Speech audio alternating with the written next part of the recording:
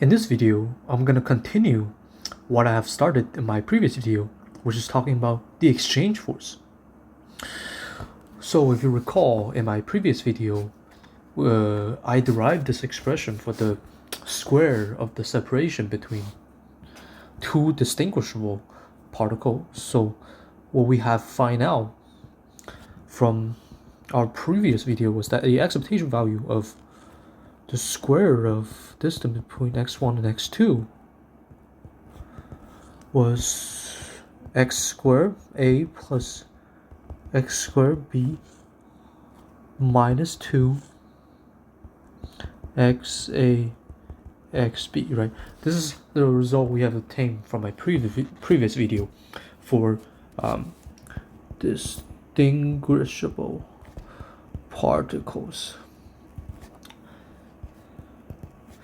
But in this video, we're going to look at the case 2, which is a little bit more complicated.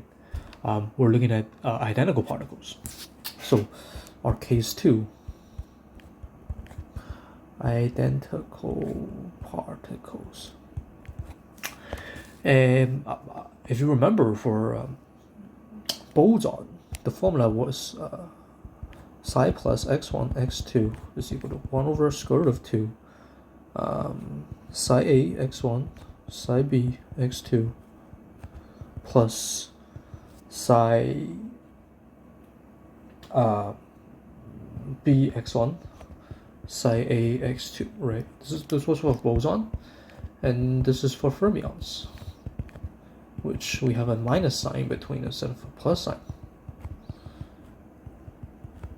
So these are the wave function for two identical either bosons or fermions. First case, this formula for boson, and what we have below for fermions. Bosons, fermions.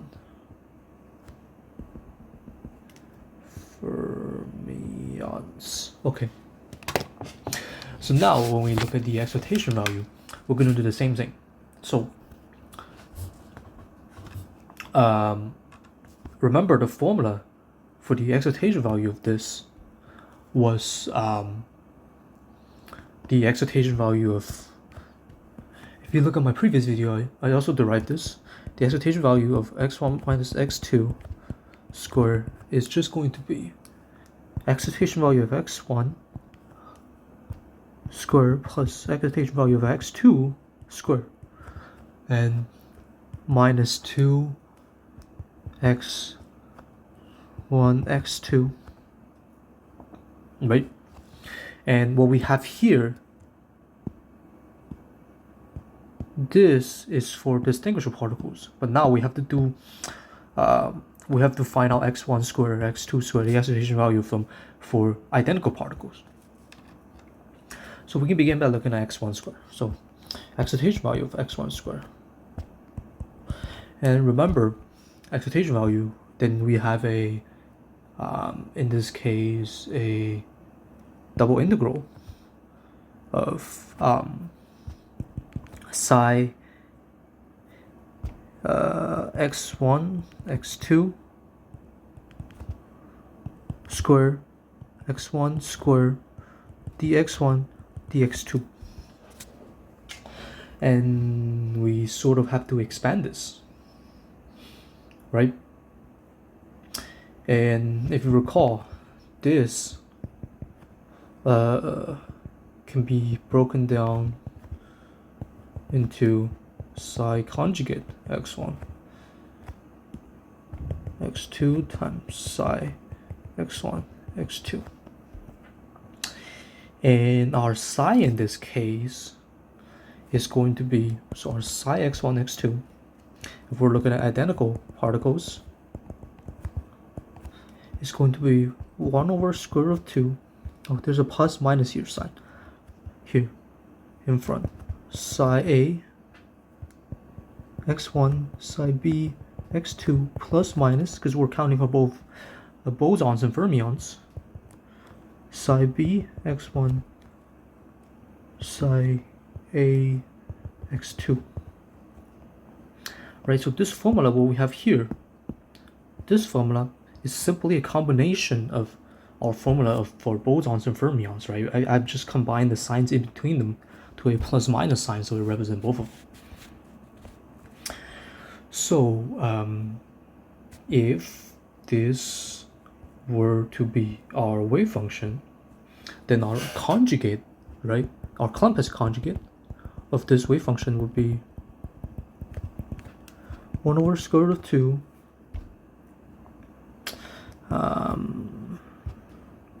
psi conjugate A x1 psi B conjugate x2 plus minus psi B conjugate x1 psi A conjugate x2. And to find out this, right, to find the excitation value, we need to find out this, and this is the multiplication between the complex conjugate and the wave function itself. So that implies that we do need to multiply these two together, right? So let's do that. And for the simplicity's sake, I'm just gonna copy these two. So what I'm gonna do here is, so our complex conjugate x1 x2 times our psi x1 x2 is equal to, instead of writing the whole thing again, I'm gonna use a feature on my same sum pad that allows me to just copy and paste these terms. So I got the first term, so let's paste it and then make it smaller.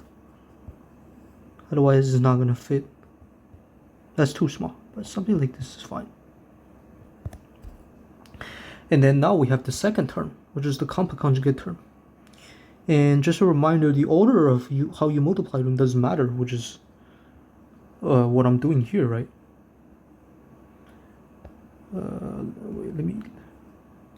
The order of whether it's complex conjugate times psi or psi times complex conjugate, that order does not matter. So here we have this expression. Well, if you look at this expression, the first thing you notice is that you have a constant 1 over square root of 2 in front of both of them, so you multiply them, right? So 1 over square root of 2 times 1 over square root of 2 is just 1 over 2. So the first constant you're going to have is just going to be 1 over 2. And then you're going to have, it's going to be a lot of writing, but you're going to have to do your multiplication, right? So you have this term, multiply this term, and then this, multiply this term, then this term, multiply this term, and then this term, multiply this term. So what we're going to have here is that, let me just add some pages to this.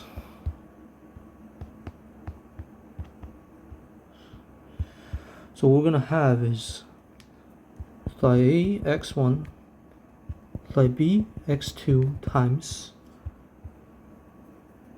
psi A conjugate x1 psi B conjugate x2. And we're going to do the same thing for psi B x1 psi A x2 to conjugate psi B x1 and conjugate psi A x2. So this is going to be plus psi B x1 psi A x2 times conjugate psi B x1 psi A conjugate x2. And then more importantly, we have the term in which plus psi A x1 psi B x2 times complex conjugate of psi B x1 psi A conjugate x2. And then we have another term, which is our psi B x1 psi A x2 times our conjugate psi a x1 conjugate psi b x2. So this is gonna what we have here, and you can verify this algebraic step yourself, but this is what we're gonna get. And here we can further simplify it. You can notice that for our last two terms, so this term used different color pen. So this term 1 and term 2, these two terms are actually complex conjugate of each other. So if 1 is z, right, then 2 is z complex conjugate. You can verify that yourself, that these two are the complex conjugate of each other. So if they're complex conjugate of each other, then Re of z plus z complex conjugate, in this case z represents our 1 and z complex conjugate represents our 2, is simply going to be 2Re z. And you're going to have questions. Okay, you're going to ask, what is this real number? I mean, what is this Re? Well, Re stands for real number.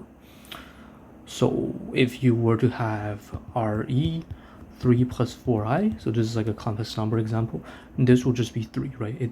What the Re does is that it ignores the imaginary parts of the equation, and the reason we're doing that is because when we're considering excitation values, we usually only consider the real part, right? Like when you say probability, you don't usually get the complex part involved in that, if that makes any sense. So what we have here as our last term, and just going to be 2Re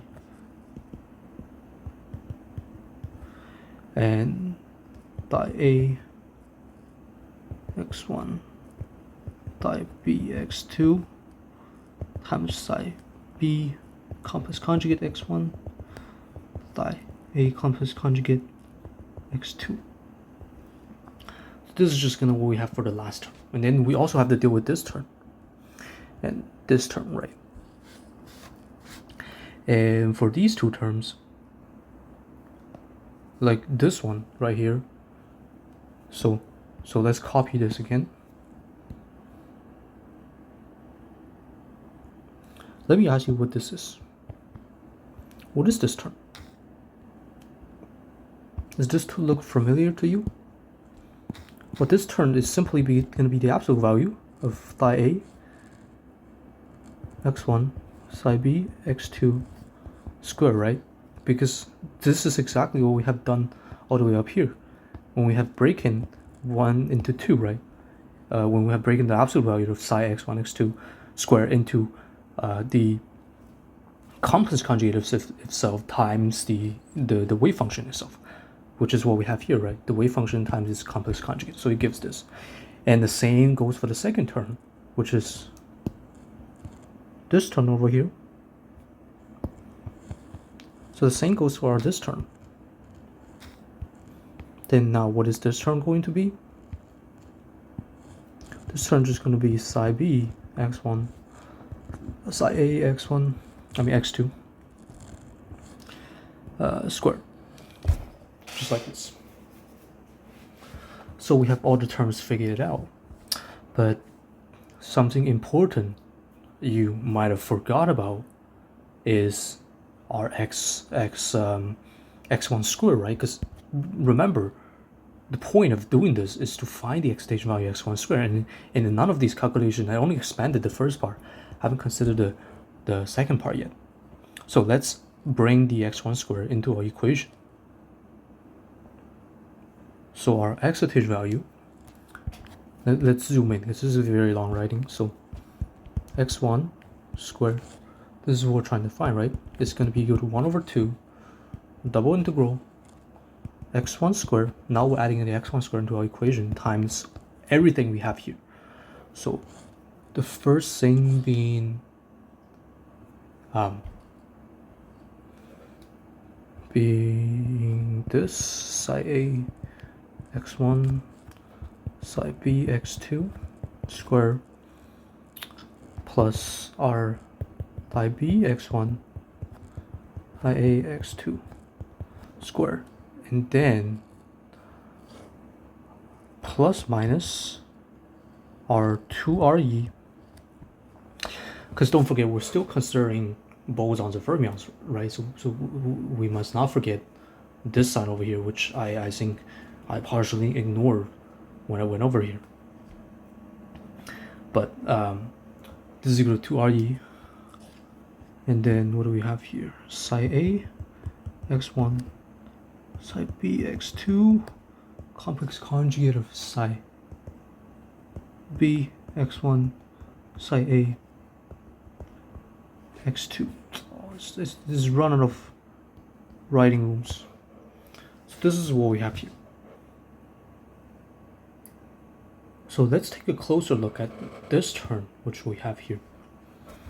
So ignore the 2 and the x1 square first. Just purely look at what we have here of RE psi a x1 psi b x2 times psi b comes conjugate x1 psi a comes to conjugate x2, right? So let's purely examine this. And to compute the total contribution, we can take a double integral. We integrate over all possible value over x1 and x2. So this is going to be 2 integral psi a x1 psi b x2 times psi b complex conjugate x1 psi a complex conjugate x2 dx1 dx2. And we can rewrite this as psi a x1 psi b complex conjugate x1 dx1, right? We group the dx1 together, and then now we group the dx2 or the x2 together. So psi bx2 times psi a complex conjugate x2 dx2. And very interesting, both of these are going to be equal to 0. So this is going to equal to 0, this is going to equal to 0. The reason for this is because psi a x and psi b x are orthogonal. You might have learned this from the earlier chapter, but we always have assumed that the different quantum states to be orthogonal to each other. So therefore, in this case, if psi ax is orthogonal to psi bx, then psi ax is also orthogonal to the complex conjugate of psi bx, right? Which is the reason why we have the first term as 0 and the second term is 0. So that's very convenient. We have illuminated this from our equation because it doesn't matter what your 2 or x1 square is. If the term you have behind it is going to be 0, then this whole term is just going to get illuminated. So we're technically, now we're just dealing with these two. So let's draw this down. I think it's best I circle it this way. And I copy and I paste here and see what we're dealing with. Right, so this is what we're trying to deal with right now. So if you look at our first term, so this psi a x1 psi b x2, so this can be broken down as psi a x1 square psi b x2 square. And we also have x1 square multiplying this, right?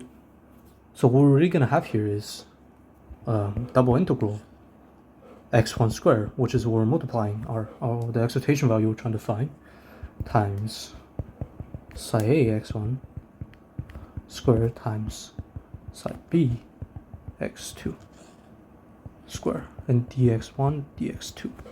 And we're gonna do what we always have done, which is grouping the term. Since in this case we're going to group our x1 with our x1, right? That's what we're doing. And so in this case, this is going to be psi x1 squared times psi a x1 squared dx1 times psi b x2 squared dx2. And this is going to be psi b x2 times psi b x2. The x2 is just going to be 1, right? So the second term is just going to be 1. So our first term here is, if you recall, in my previous lecture, I talked about this exact looking excitation value, and this resulted us with our x squared and then a here, right? I explained this because this looked exactly like the form of excitation value of x squared. So that's why we replace it here. But if you're interested, I think I talked about it a little bit more in my previous video. But this is what we give for this term. And for the second term, should be the same analogy of what we have done here. So for the second term is just going to be x squared b rather than x squared a. And so therefore, the excitation value of x1 squared is going to be x squared a. One thing very important that I actually forgot in my equation is this 1/2, which I completely ignore, which is what you shouldn't be doing, but let's add it back in. So 1/2 times excitation value of x squared a plus excitation value of x squared b plus minus 0. Right, because I show how these two terms are equal to 0, so therefore our latter term becomes 0. So really, this is just going to be 1/2. This is what we have here. And remember, this is actually only one of the terms that we need to find. Because if you go back, what were we trying to determine? We're trying to find the term for this, right? Let's move this down. Copy and paste it. And this is only one of the terms, which is the x1 squared. So similarly, our x2 squared is going to follow the same exact logic as our x1 squared. Well, I'm not going to go through the calculation again. You can verify it for yourself, but it's extremely long. So this is just going to be x squared b plus x squared a. And how we obtain this is exactly the same logic of how we obtain this. So now we have the term for x1 squared and x2 squared. We can look at the third term, which is excitation value of x1, x2 for our identical particles. So our excitation value of x1, x2 is simply going to be double integral psi x1, x2 square. Oh, there's no. I put one more square here. Square x1, x2 dx1 dx2. And just as before, our psi x1, x2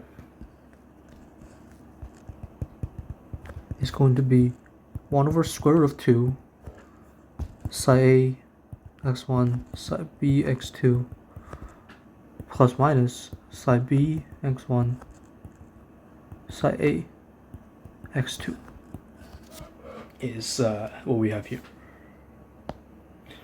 And if you expand over this, we're gonna get the same expansion as the above. But I'm not gonna go through the algebra again, so I'm just going to copy what we have here.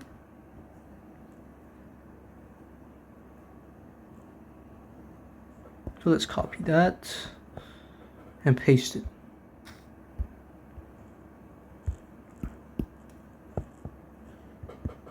So this is going to be our psi x1, x2. It's going to be this. But in this case, oh, I think I forgot. Again, I forgot an important part, which I have mentioned just 2 minutes ago, which is the 1/2 in front of it. So x1, x2 is equal to this 1/2 times this whole thing over here. And now then we need to multiply x1, x2 to each of these individual terms, just like how we multiply x1 to these individual terms. So we have to multiply.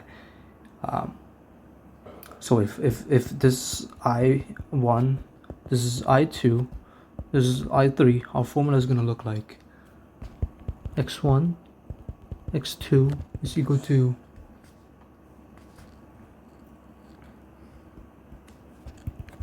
(1/2)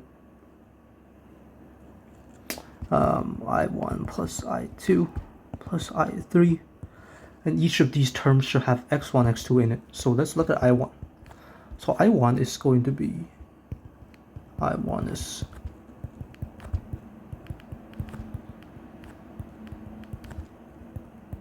this, right? And then we have to multiply this by x1, x2. So double integral x1, x2. And we break this down into 2, just like what we did before. So this becomes psi a x1 square psi b x2 square dx1 dx2 is what we have here. And what we can do here is that we can group our x1 with this and our group our x2 with this.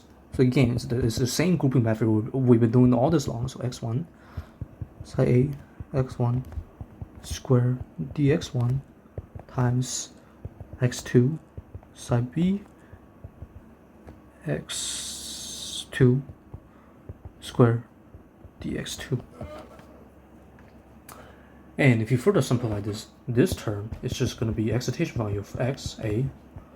This term will be excitation value of x, b.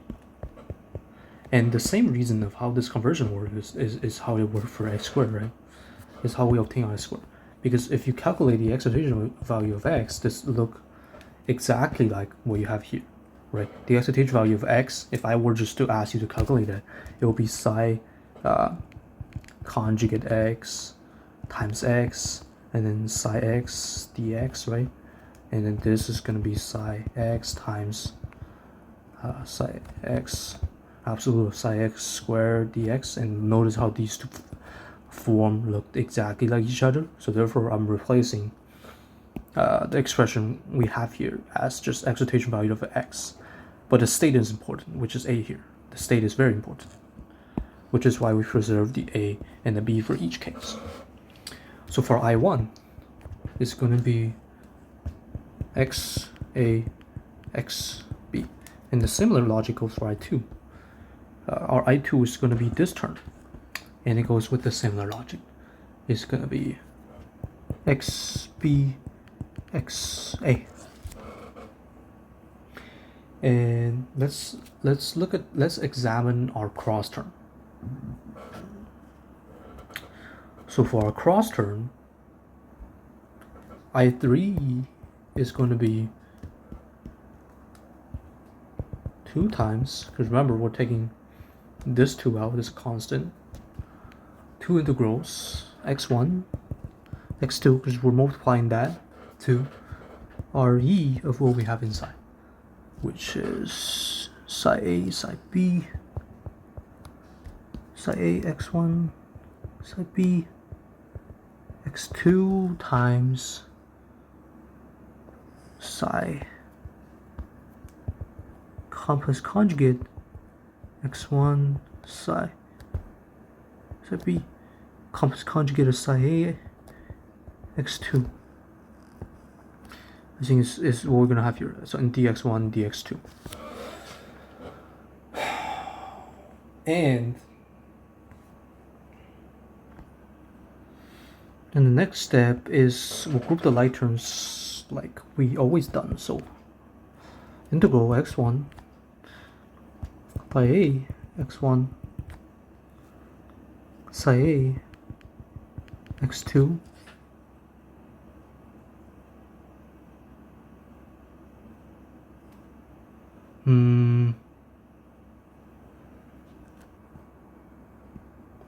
no, not grouping with our psi A conjugate. Should be grouping with our psi B conjugate of x1, right? Because we want to make sure x1 on the first term, so dx1.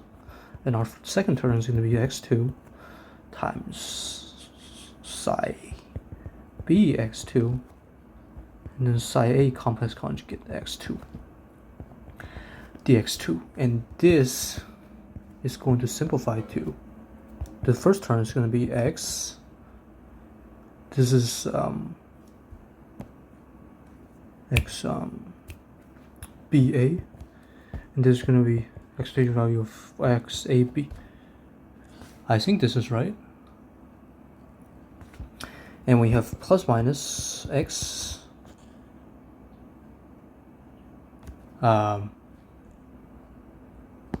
we have plus minus x BA x AB,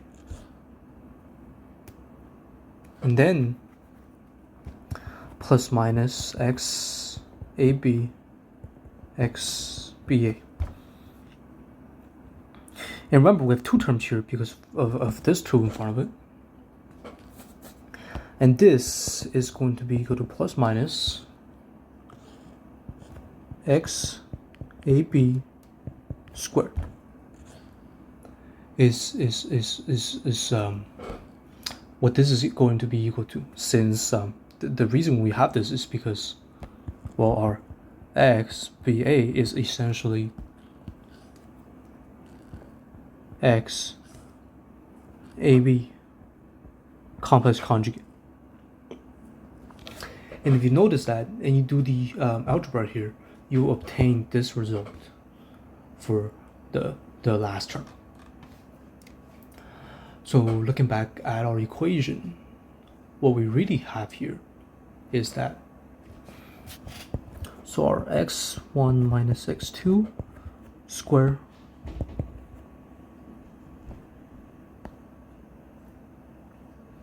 actually, I want to go back a little bit because I realized I might have made a mistake by saying this whole term is equal to this. In fact, if expectation value of BA, so this first term, is equal to this, then this entire term is what turns into plus minus x AB squared. So in fact, what we really have here for the excitation value of x1, x2 is going to be excitation value of x AB, excitation value of x BA. I might have made a mistake here. Let me just double check. So I have looked at my prep again, and I've cleared my mind. Just follow me along here. So to find our x1, x2, we needed our I1. We've broken down our expression into 3 i's, so I1, I2, I3, and we already found I1, I2. So we're at I3 right now, and the final expression we have obtained is plus minus x AB x BA, and plus minus x BA x AB. And since x BA is equal to x AB complex conjugate, so their product, which is x AB x BA, is just equal to this, right? Because, yeah, right, because if one is the opposite of if one is the compass conjugate of the other and you multiply them each other, then you can then write them as this expression of excitation value of x ab squared and plus minus in front, don't forget. So this is what we really have here for our I3.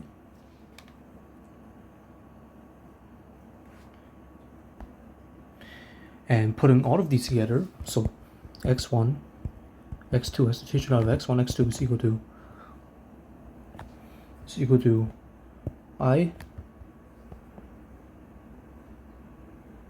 I1 plus I2 plus I3. So what we really have here is, this is our I1, this is our I2, so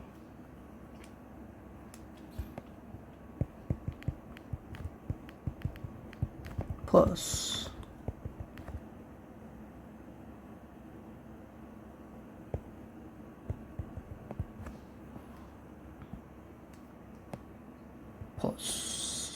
minus x ab also value squared. And for these two terms, this is going to be 2xa xb, and then for our y minus 4, don't forget that we had 1/2 for this, right? So for 1/2 times this is just going to be xa xb, and we don't have to deal with the 1/2 for this term because it has already been dealt with this, because we had two terms. And so the final expression for x1, x2 finally is really just going to be excitation value of x a b plus minus x ab squared. So the final expression for all the way up here, what we have here. Now we have finally found all the terms for this equation. We can now plug it in. So this whole process of 30 minutes was just to try to find the terms of each of these. So for excitation of x1 minus x2 squared now is equal to our x1. Our x1 was x squared a, our x2 was x squared b, right? So this term corresponds to this term, this term corresponds to this term, and for our final term we have -2 times what we have here, which is x a x b plus minus 2x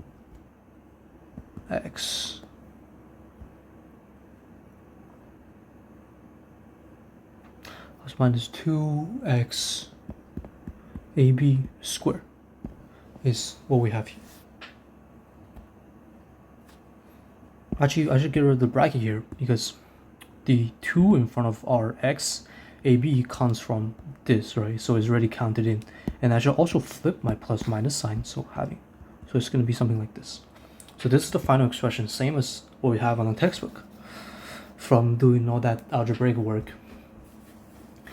And really, if you compare this to our distinguishable particle term, you realize that what we really have is I'm going to use my red pen here, is that this term I have just crossed over here is really equal to the x1 minus x2 squared for distinguishable particle, which is what we have derived in our previous case. For our previous video, I have derived the expression for this. So the difference between this formula for a identical particle and a distinguishable particle is this extra term here. So our x1 minus x2 squared excitation value of this identical is equal to our x1 minus x2 square distinguishable, and then plus minus sine 2xab square. So really the difference between an identical and distinguishable case in this is that the identical has this term 2 times the excitation of ab square here. So what does all of this of what we have done mean, like practically? It means that our identical bosons tend to be somewhat close to each other, whereas our identical fermions somewhat further apart from each other. So the difference lies in this term, right? So let's examine this, expand this a little bit. You see what we have here. So the key idea here is something called a wave function overlap. So for our excitation value of x, ab, so this can be expanded as integral of x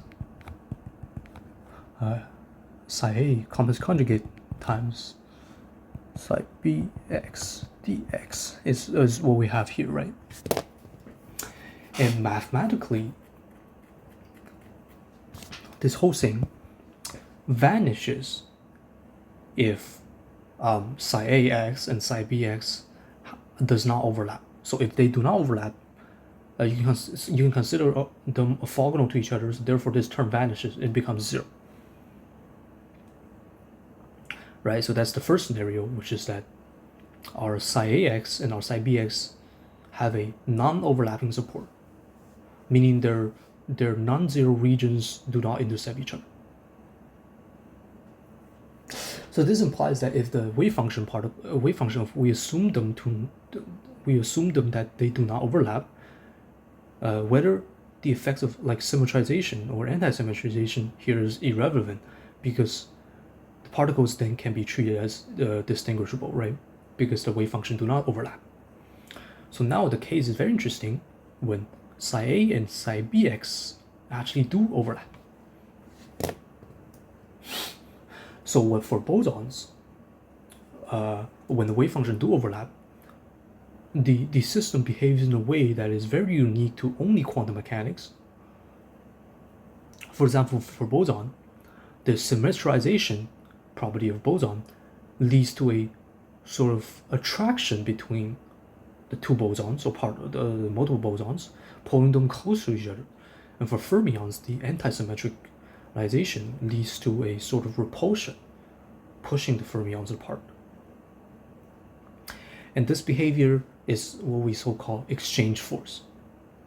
But that title is sort of misleading because it is not really a force. Like that is the part I struggle with quantum mechanics myself too, is that a lot of times you think of like, okay, you have two positively charged, right, and they repel each other, or one plus minus, they attract each other. You're imagining the scenario like classically, right? Because you're sort of trying to apply that your classical mechanics intuition into this quantum mechanics thing, but it's really not the case. So when we say there's a attraction or there's a repulsion, that force does not exist. It's like analogy. Like the term exchange force, or in other case we call the Pauli force, really refers to the geometrical consequences of our symmetrization or anti-symmetrization based on bosons or fermions. So it's there purely from the structure of the wave function. So it's not like a physical force like gravity or electromagnetism. You cannot imagine them like that. So it is more like the property of identical bosons and fermions themselves. And the consequences of that is that bosons tend to be close to each other, compared to if you have two fermions, they tend to be more apart from each other. But there is no force. There is not a force, so you cannot imagine that classical mechanically. So So this exchange effect